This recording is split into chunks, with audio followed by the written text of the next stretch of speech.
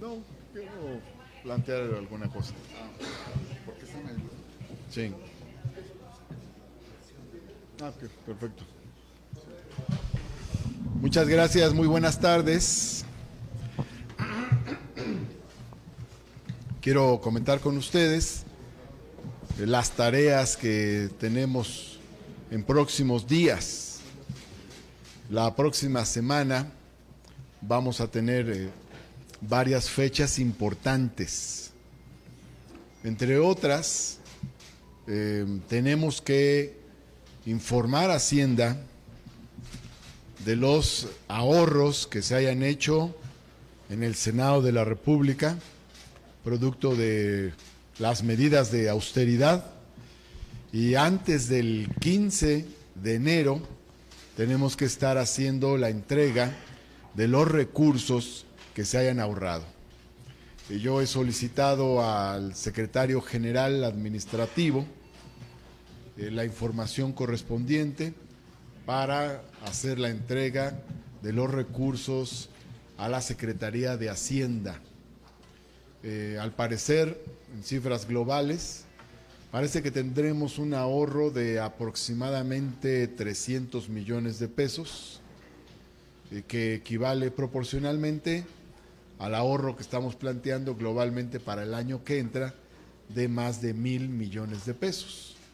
Entonces, este ahorro de 300 millones de pesos es de este cuatrimestre que terminó en diciembre, y este ahorro es a pesar de las indemnizaciones que se hicieron al personal de estructura, mandos y personal de honorarios al inicio de esta legislatura. Entonces, esto ya lo informaremos con mayor detalle en cuanto la Secretaría General termine de hacer ya todos los cálculos minuciosos. Pero, insisto, parece que tendremos un ahorro general de aproximadamente unos 300 millones de pesos del cuatrimestre septiembre-diciembre, mismos recursos que serían devueltos a la Secretaría de Hacienda antes del 15 de enero. Y esperaremos las cifras concluyentes de parte de la Secretaría General Administrativa de la Cámara de Senadores. Por otro lado, también vamos a tener el 15 de enero la sesión de la Comisión Permanente del Congreso de la Unión por la mañana. Esta sesión no va a ser el miércoles, va a ser el martes, porque el miércoles comienza el periodo extraordinario. El miércoles se reúne en sesión general el Congreso, quiere decir que las dos cámaras estaremos reunidas en San Lázaro el miércoles 16 a las 11 de la mañana. Y después ya se reunirá cada cámara por separado, por su lado. Como presidente de la Cámara de Senadores voy a citar a la Cámara a la 1 de la tarde, a las 13 horas, de tal forma que podamos acudir a la sesión general del Congreso de la Unión y después trasladarnos a la sesión del Senado de la República. Vamos a tener, para empezar, el tema relacionado con la ratificación de los altos funcionarios de la Secretaría de Relaciones Exteriores, y también a continuación tendremos la aprobación de la lista de propuestas para la Fiscalía General de la República. El Senado tiene que aprobar en el Pleno una lista de 10 personalidades, hombres y mujeres, que reúnan los requisitos y que tengan la aprobación de las 2/3 partes de las senadoras y los senadores. Esta lista se enviará al presidente de la República para que éste elabore la terna que enviará al Senado y de la cual el Senado escogerá al fiscal general. Ese es el procedimiento. Vamos en principio a mandar la lista. No sabemos en qué tiempo devuelva la terna el presidente. El presidente tiene hasta 10 días para elaborar la terna, pero podría enviarla desde el primer día. Ya esa es decisión del Ejecutivo Federal.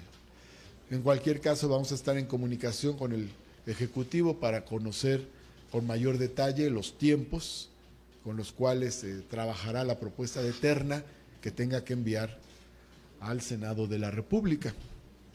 Y de esa terna el Senado tendrá que elegir al fiscal también por 2/3 partes. Ahora bien, si el Senado no pudiera concretar una propuesta con la aprobación de las 2/3 partes, entonces lo que tendría que hacer el presidente sería enviar la terna. El Senado tiene un plazo, vencido ese plazo, el presidente puede enviar la terna sin que el Senado, sin haber recibido del Senado la propuesta de la lista de 10 personalidades.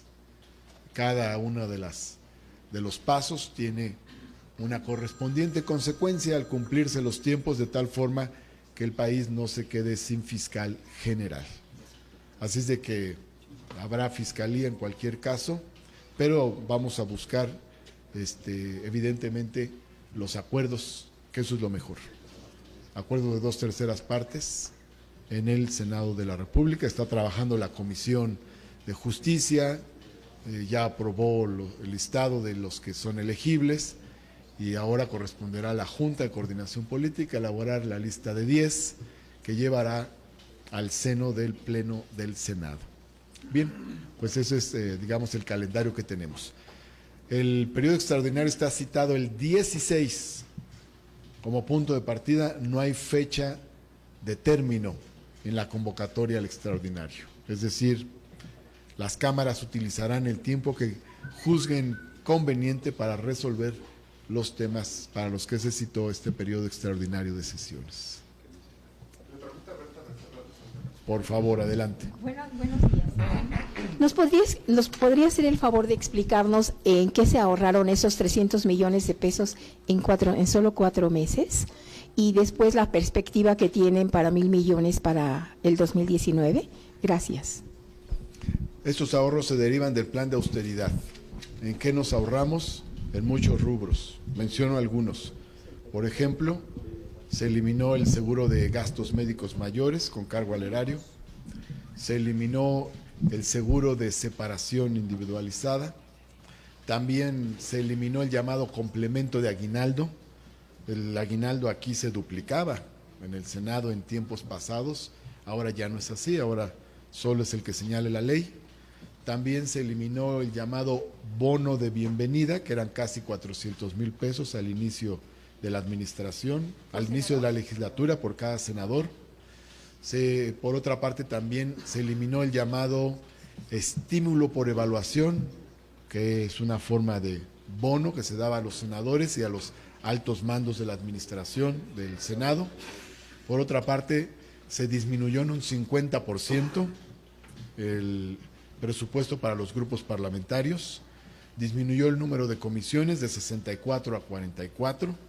También, por otro lado, se disminuyó el techo de los órganos de gobierno en un 30%.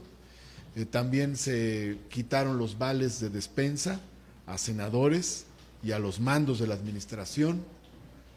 Por otro lado, también se retiraron los vehículos que estaban al servicio de algunos senadores que tenían ciertos cargos de dirección en el Senado o de gobierno en el Senado de la República. Y por otro lado se hicieron también ajustes en cuanto al personal de honorarios que se contrata cada vez que se renueva una legislatura. Entre otras medidas, estas son las que han permitido el ahorro de recursos en el Senado y las que permitirán el ahorro el año que entra. Gracias. Senador, buenas tardes. Adelante. Oiga, comentarle en este resumen que hace usted de la estrategia que se implementó en materia de austeridad, en esta revisión que hicieron ustedes al llegar aquí al Senado de la República, si detectaron pues cuántos aviadores o si había aviadores aquí en el Senado por parte de las otras legislaturas. Y dos, acaba usted de tocar el tema de los trabajadores de honorarios. Hay cierta incertidumbre en los trabajadores que pues, actualmente están bajo este esquema aquí en la Cámara. ¿Cuál va a ser el futuro de ellos en este inicio de año? Sobre lo primero, se hizo una auditoría, de hecho, que se acordó desde el principio. Los resultados de esta auditoría no se han presentado formalmente ante la mesa directiva. Voy a esperar a que se haga dicha presentación de manera formal para poder tener una información totalmente objetiva. Y sobre lo segundo, hay plena certidumbre para los trabajadores por honorarios. Es decir, quienes trabajan por honorarios tienen las labores establecidas con toda claridad, ya sea al servicio del Senado como institución o en los grupos parlamentarios, están en diversas áreas. Ahora bien, en el caso de los derechos que tienen, por ejemplo, a ciertas cuestiones, ciertas prestaciones como los vales de despensa, los trabajadores de honorarios también tienen acceso a ellos.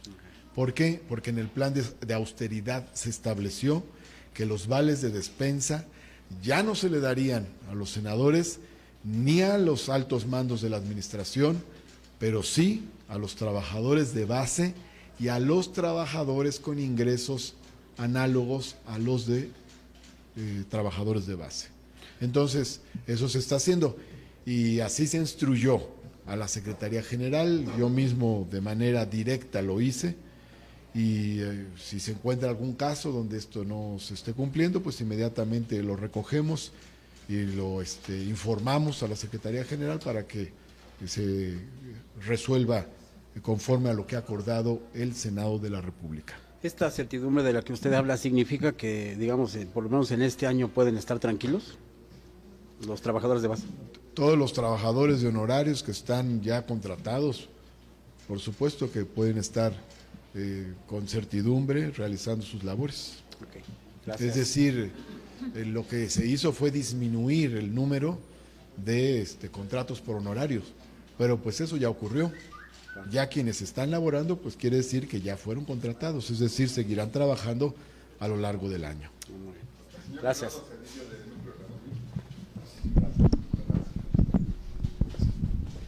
Senador, preguntarle dos asuntos. Uno, con respecto al seguro de separación individualizado de los trabajadores, entiendo que ese asunto no se ha resuelto. Las personas que lo tenían contratado, que más bien lo pagaba el Senado y lo suspendieron, insisten en que pues la aseguradora le sigue dando vueltas, en fin, ahí hay una situación y entiendo que eso en el resorte del Senado sería fácil resolverlo, pero no sé por qué no quiere entrarle el Senado o si hay alguna instrucción en específico al área administrativa para que eso no suceda. Segundo, preguntarle con respecto al tema del huachicol y del desabasto, que bueno, pues el gobierno dice que no hay desabasto, pero pues no hay gasolina, ¿no? Entonces la gente está realmente muy preocupada y ya no solamente es el tema de que no haya gasolina en las gasolineras, sino que ya empieza a haber una situación también que está repercutiendo en la distribución de bienes y servicios en el país y en la propia industria, que ya también se está quejando. Entiendo que en la permanente va a haber una comparecencia de la secretaria, pero yo quisiera su opinión con respecto a esta situación. Mira, sobre lo primero tienes razón en una parte, que todavía no se resuelve algún asunto con las aseguradoras. Con MedLife. Sí, pero con la aseguradora correspondiente. Pero ya se está abordando en los órganos de gobierno. No se ha terminado de resolver y se debe resolver. Pero, o sea, ¿sí le van a entrar ustedes? Pues debe resolverse de acuerdo a derecho. Evidentemente que ahí nos han planteado varios trabajadores este tipo de problema y vamos a resolverlo. Okay. Luego, sobre el asunto relacionado el huachicol y el desabasto con el tema del desabasto. Bueno, hay una información que ha dado el gobierno de la República en el sentido de que se está instrumentando una forma de distribución diferente y evidentemente que esperamos que esta forma de distribución distinta pueda lo antes posible tener resultados para el bien de la ciudadanía. Hay que tomar en cuenta que se trata de una medida pública, no ha sido omiso frente al gran problema del robo de combustible.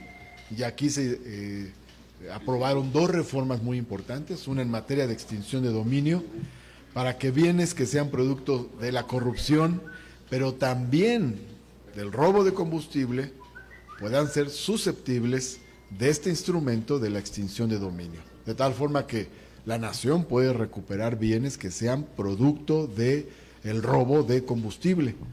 Y por otro lado, se aprobó la reforma en materia de delitos graves para que el robo de combustible sea un delito grave, al igual que los delitos de corrupción. El golpe que se le ha dado al llamado huachicoleo es un golpe contra la delincuencia organizada, es un golpe contra la corrupción. A veces cuando se piensa en delincuencia organizada solo se piensa en narcotráfico o en secuestro, pero no es así. Alrededor del robo de combustible se organizó una red de delincuencia impresionante, se perforaron ductos en muchas regiones del país, se hicieron redes de abastecimiento paralelas, muchas gasolinerías recibían combustible que era robado, ya sea que lo recibieran a otro precio o al mismo precio, pero había una fuente de abastecimiento distinta del abastecimiento legal. Entonces, bueno, el golpe que se le ha dado a esta delincuencia organizada, pues ha sido muy severo, muy fuerte, y evidentemente pues ha trastocado las inercias que había. Pero para la población... De todas maneras, eso no quiere decir que no se deba resolver el problema de abasto, y evidentemente que estamos atentos a la información que brinda el Gobierno de la República, y hemos escuchado que en días próximos se normalizará el abasto a través de nuevas medidas de distribución.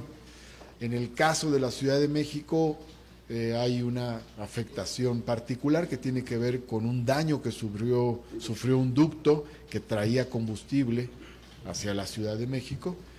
La información que tenemos es que se está reparando este ducto y bueno, eso ayudará a que se restablezca el servicio general. De la información que ha dado el gobierno de la ciudad, se ha señalado que de más o menos unas 400 gasolinerías, había problemas en poco más de 100 y ahorita más o menos en 80 gasolinerías hay falta de combustible. Entonces, bueno, quiere decir que en la mayoría se está surtiendo el servicio, se está surtiendo el combustible, se está dando el servicio correspondiente. De todas maneras, también somos sensibles a esta problemática y también estamos a la espera de que finalmente se regularice el abasto de combustible. Esto también es importante. No desdeñemos, sin embargo, la importancia del golpe que se ha dado a esta delincuencia organizada encargada de saquear y sustraer el combustible que debería entregarse por vías legales. No podía seguir esta situación del saqueo que se estaba dando a una riqueza que es del país. Muchas gracias, senador. Buenas tardes. Quisiera dos temas, insistir un poco en la pregunta que decía mi compañero Gerardo, sobre la repercusión del desabasto de combustible, no necesariamente en el combustible en sí mismo, sino en lo que pudiéramos esperar en próximos días en materia de abasto de alimentos, servicios públicos, camiones de basura que se queden sin combustible para ir a recoger la basura, bomberos, en fin. Este tipo de temas que pues ya están empezando a preocupar a la ciudadanía, pues por lo que se ve en el futuro. Evidentemente, pues no está en su ámbito de competencia, lo entendemos, pero sí quisiera yo un comentario más sobre ese lado de la problemática. Y por otro lado, si me pudiera hacer algún comentario sobre cómo ve el avance de los foros que se están organizando en Cámara de Diputados sobre la Guardia Nacional, por favor. Bueno, sobre lo primero, confiamos en que los gobiernos, particularmente el gobierno federal, regularizará el sistema de distribución próximamente. Y por otro lado también vamos a tener las reuniones de trabajo con los funcionarios, con 4 funcionarios, sobre este mismo tema en próximos días, y vamos a tener comunicación directa con los funcionarios. Yo voy a entrar en contacto con la Secretaria de Energía para tener también mayor información al respecto y mayor intercambio y poder compartirlo con la ciudadanía. Ahora, sobre los temas relacionados con la Guardia Nacional, se están llevando a cabo foros muy importantes en la Cámara de Diputados y ahí se han escuchado opiniones de los gobernadores, presidentes municipales, organizaciones de la sociedad civil, en fin, y van a continuar los foros hoy, mañana, de tal forma, y el sábado, de tal forma que se recojan planteamientos de la sociedad. ¿Lo tomaron como insumos para el Yo periodo creo que se debe extraordinario? tomar en cuenta lo que se diga. ¿Y Es cómo van importante. con el periodo, por cierto? ¿Cómo va la organización del periodo extraordinario? Con eso empecé. El día 16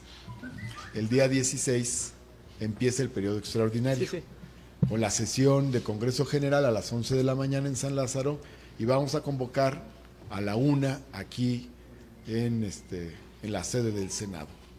Y luego, a partir de ahí, ya el Senado irá desarrollando sus temas. Comenzaremos con la ratificación de los altos servidores públicos de la Secretaría de Relaciones Exteriores. Luego seguiremos con la ¿cómo se llama? La aprobación de la lista de 10 propuestas para la Fiscalía General, y vamos a estar atentos al desarrollo de los trabajos en San Lázaro. Bien, gracias. Miguel Anguiano. Senador, hablan mucho de la austeridad. Está bien, han ahorrado mucho dinero. Pero ahora hablemos de los ingresos. Aquí en el Senado de la República hay 2 instituciones bancarias que cobran muchas comisiones. Hay una oficina de expendedora de boletos de avión, hay librería y hay un estacionamiento concesionado donde hasta pensiones para taxis tiene. Mi pregunta es, ¿nos podrías informar cuánto recibe el Senado por la renta de estas oficinas, o es una concesión graciosa para el sector privado? Con todo gusto me llevo tus preguntas y con todo gusto consultaremos al área administrativa al respecto para tener la respuesta correspondiente. Ojalá. Claro que sí, con todo gusto. Muchas gracias. Que tengan bonito día.